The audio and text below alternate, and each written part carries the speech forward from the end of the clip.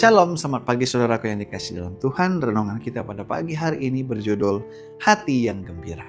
Ayatnya terdapat dalam Amsal 17 ayat 22. Hati yang gembira adalah obat yang manjur, tetapi semangat yang patah mengeringkan tulang. Keterangannya, 3 atau 4 kali seminggu saya berjalan mengelilingi desa tetangga. Saya melewati peternakan kuda, peternakan kambing, dan peternakan ilama. Saya menganggap olahraga sesuatu yang serius, jadi untuk mendapatkan kuota pergerakan, saya biasanya buru-buru memastikan bahwa saya menempuh jarak 4 mil lebih. Setelah saya jalan-jalan, berkali-kali saya masih merasa tegang saat saya bergegas ke aktivitas atau pertemuan setelahnya. Satu hari, saya memutuskan untuk memperlambat kecepatan dan menikmati perjalanan saya.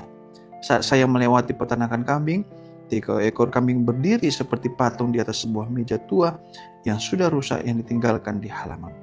Saya terkikik melihat pemandangan aneh itu.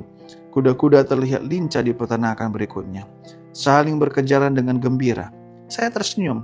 Ekspresi di wajah ilama membuat saya tertawa saat mereka menatap saya dengan muram.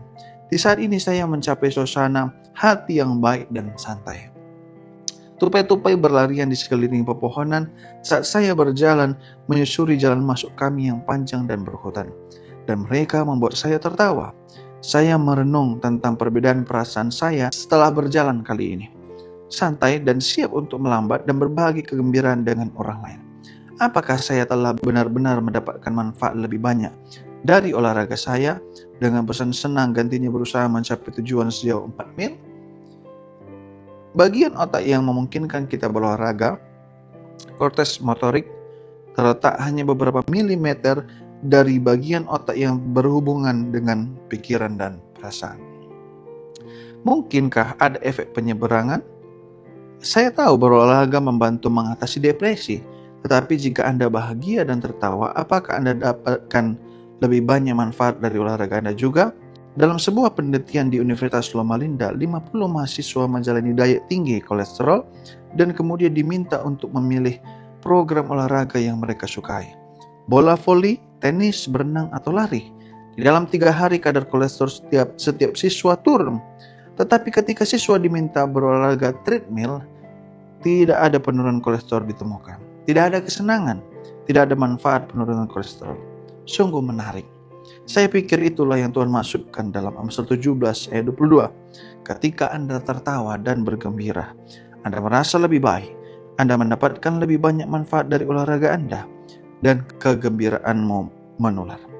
Itu akhirnya menjadi obat yang baik untuk diri Anda sendiri dan untuk orang di sekitar Anda. Mulailah mode yang menyenangkan hari ini, pelan-pelan dan mulailah tertawa. Anda akan terkejut melihat betapa banyak senyuman yang akan Anda dapatkan dan betapa lebih baik perasaan Anda.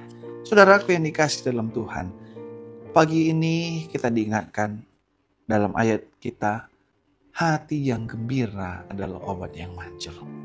Jadi kalau saudara memiliki hati yang gembira, ini akan membuat atau memberikan reaksi tubuh yang sangat baik untuk kesehatan kita.